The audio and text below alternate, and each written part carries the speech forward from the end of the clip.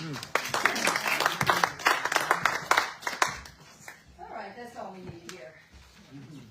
Everything is an inside job. Change the way you're looking at a thing, and the thing you're looking at is going to change. Boy, didn't Ernest Holmes say that like 50 million years ago? Change your thinking, change your life was his main meme. He had memes before memes were popular. I even saw a real estate agent had a bumper sticker on her car, change your address and change your life. Oh, that was good. So welcome again. Last week my talk was called Imagine That. And I told the story of Albert Einstein, who said, if you want to be smart, read fairy tales. Because imagination is not an escape from the world. It is the quiet force that helps the world become more than it seems. And your imagination is not separate from your spirituality. It's part of your divine toolkit. And that's where my talk today, what if, aligns beautifully with that idea. What if? That invites us to practice wonder. And wonder opens us up to possibility. Wonder is a major part of inquiry-based learning, and it opens up the inner experience, which is a key for developing an inside-out approach to whatever we do. It's truly an inside job. So anytime we feel at a crossroads of making a decision about something, or how we're going to feel about something, you can say, what if I can make the right choice in this decision? What if I'm exactly where I need to be? What if prosperity showed up for this community in an unexpected way? What if? Can you feel how that just kind of opens your little brain? Because wonder is a state of consciousness, an open-ended curiosity. It's not about figuring everything out, but a willingness to step into the unknown, which involves trust, faith, and letting go of control. Einstein was famous for asking wonder questions and then living in them. So what if we expected the best no matter what our world looks like? So some of us in this community are working with this book, The 15 Commitments of Conscious Leadership. And we recently learned about wonder. And the authors say, do a thought experiment with us. What if there is no way the world should be and no way the world shouldn't be? What if the world just shows up the way the world shows up? What if the great opportunity of life isn't in trying to get the world to be a certain way, but rather in learning whatever the world gives us? Learning from whatever the world gives us. What if curiosity and learning are really the big game, not being right about how things should be? Can you see how this would radically change the way we see and live our lives? What if the big question of life were not how can we fix this, or how can we keep this from happening, or who's to blame in this thing, but instead, what can we learn from this, since life is all about learning and growing? I wonder what this is here to teach me about myself.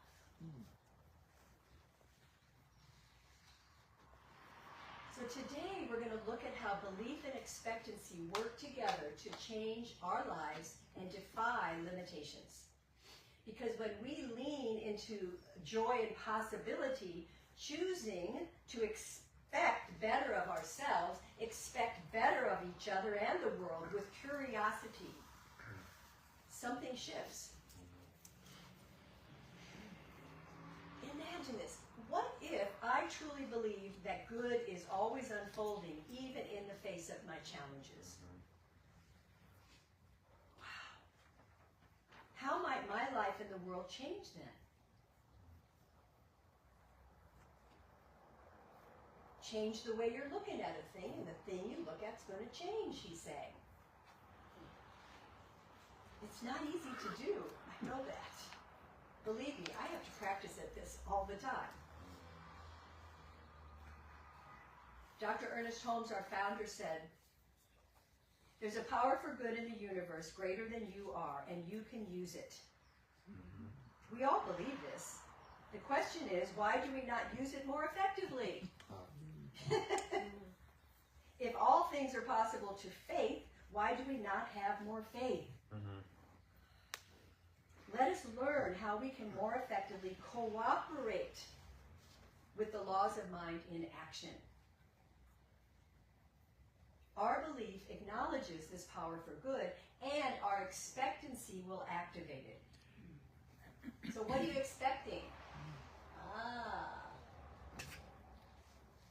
Expectancy is faith in motion. It's as living as though the good is already unfolding, and trusting that we will see it and act upon it.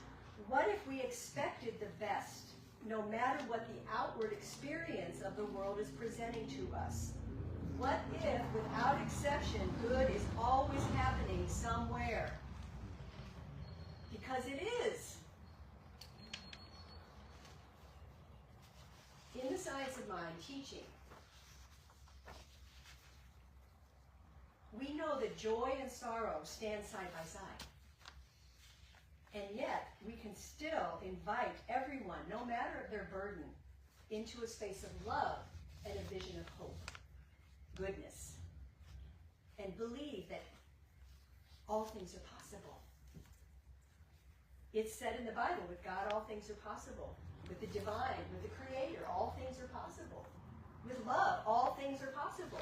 Do you believe that? Just notice that for yourself. Or do you have a yeah, but? The yeah, buts?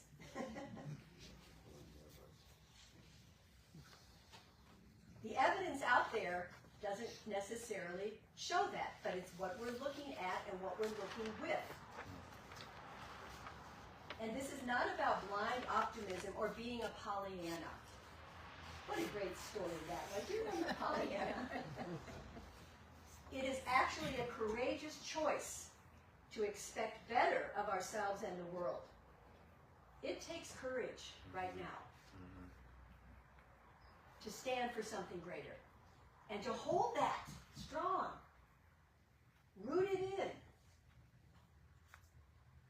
When we live in expectancy, we challenge our personal and collective limitations and intentionally inform our subconscious mind of our desire for good, remembering the truth that Spirit is not only present, but powerfully creative through us, as us. So ask yourself, what inner world am I creating right now, and how does it shape my life?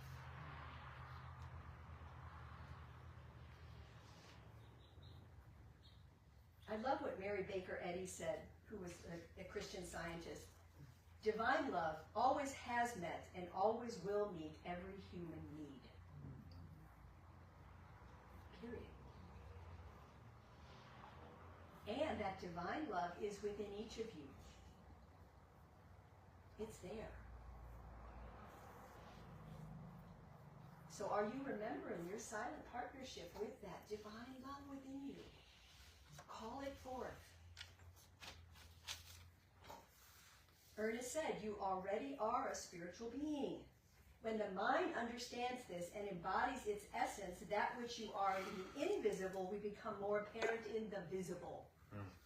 So you will be able to think, say, and act in a higher consciousness when you come from that place. It's guaranteed. A few weeks ago, I talked about The Wizard of Us, Gene Houston's book. And remember that lion that was shaken because he was so scared and he wanted courage. So what if we each had the courage to expect good beyond what it looks like right now?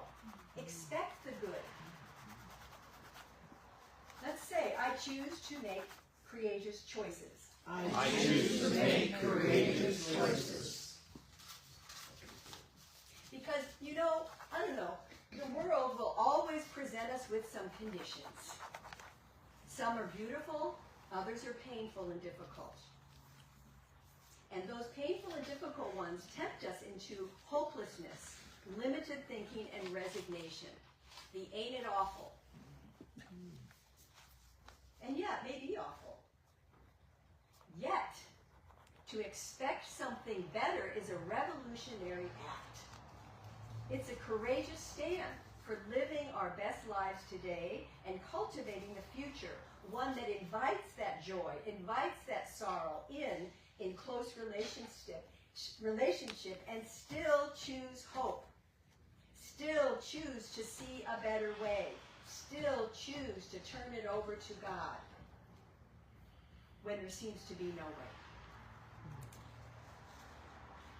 It asks us to anchor in this idea that good is always happening somewhere, and to let this deep faith shape the way we show up, even in hard experiences. I mean, just being in awe of a sunset. Turn your attention to something that is awesome instead of awful. Just try it. There was an amazing sunset the other night. We were out doing some shopping, came out of the store, and it was like this bright pink. It was a couple nights ago. And it just stopped me in my tracks. And I was like, wow, look at that. And cars were going by, and Rex is like, let's get back in the car. I'm like, no. I just couldn't take my eyes off of it. So sometimes we need to just remember that there is this magnificence and beauty in the universe. Or the flowers and the trees and the little animals coming out now. Not coming out, but you know.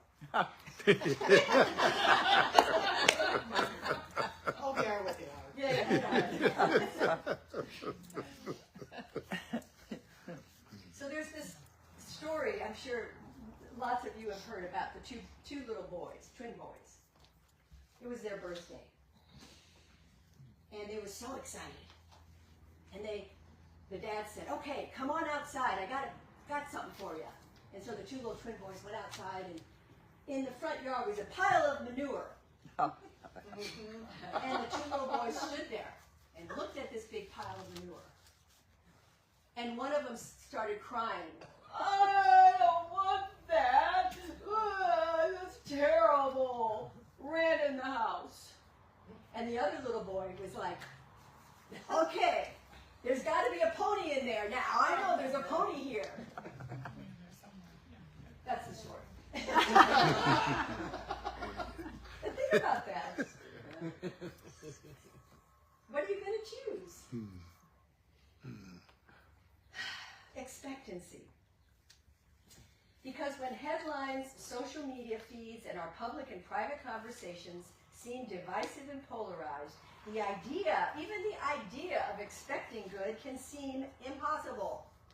And yet, this is precisely the time when such expectancy matters most. By unapologetically expecting better of ourselves and the world, we become a rebuttal to the narrative of what looks like decline. Our expectancy invites others into a space where love and justice and peace are more than ideals, they are living possibilities.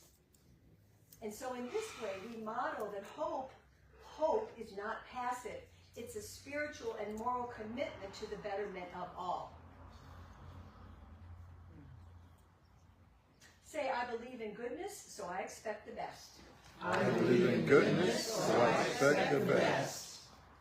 And you know what? Expectancy speeds progress. So no matter how much good you're experiencing today, expect greater good tomorrow. Expect to meet new friends. Expect to meet new wonderful experiences. Try this magic of expectancy, and soon you'll discover a dramatic side to your life which gives full vent to constructive feeling and being in alignment with that divine sacred center. It enables you to enter into the spirit of things and people. Today I expect great things. Today I expect great things. So Ernest Holmes said, life is infinite energy coupled with limitless creative imagination. It is the invisible essence and substance of every visible form. Its nature is goodness, truth, wisdom, and beauty, as well as energy and imagination. Our highest satisfaction comes from a sense of conscious union with the invisible life. Conscious union. You have to be conscious of your union. All human endeavor is an attempt to get back to first principle, to find such an inward wholeness that all sense of fear, doubt, and uncertainty vanishes. Wow. What if my doubts and fears vanished? Then who would I be? How would I show up?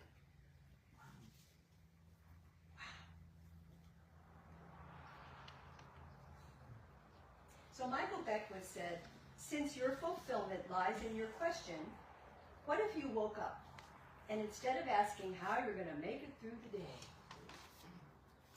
you asked, what if this is the greatest day of my life? What if everything works together for my good? What if divine success just takes over my living? What if divine health just takes over my body temple? What if divine beauty, symmetry, order, and intelligence work through me like never before? Can you feel how that just like opens you up? Because when we do that, we begin to live from wonder and awe, not awful. Not from your previous conceived ideas about the world and yourself. By asking what-if questions, you become available to more good. Are you in? Yes. Are you willing to ask some of those questions? Yes. Heck yeah. So this week, I invite you to journal and ask yourself, what am I truly expecting in my life? And notice if your expectations are quietly shaped by fear, past disappointments, or the headlines of the day.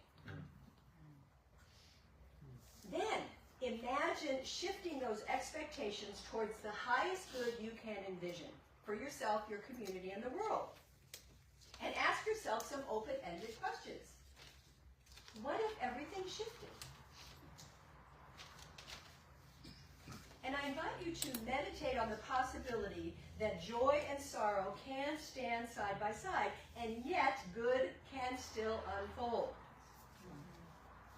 So each morning, declare out loud one specific good you expect to see that day, whether it's an act of kindness, a breakthrough in a challenge, or a moment of beauty.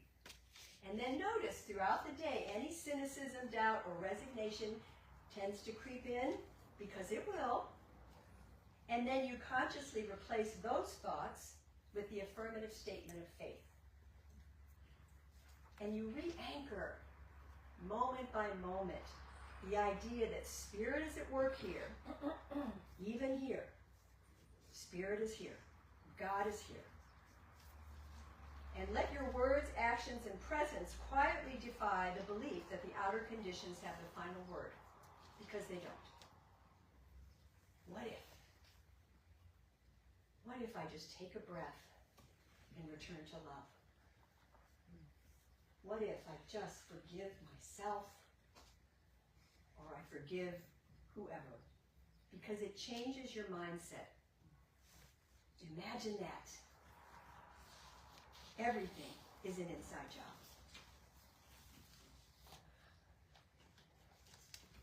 So take a breath. And I want to close with this idea that I received from one of my ministerial friends. And I invite you to just close your eyes for a moment, if it's comfortable.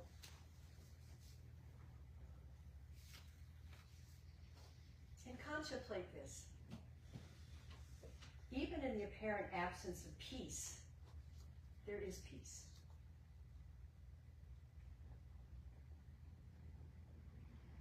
Even in the apparent absence of order, there is order.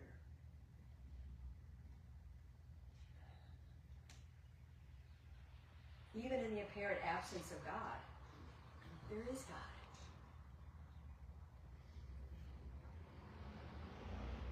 If that's true, if peace, order, or presence hasn't actually disappeared, then the question can become personal. Not what must they do, instead, what must I do to sense it again, to sense peace, to sense God? How do I soften enough to notice that hasn't left? How do I untangle myself from the noise long enough to reconnect to the one?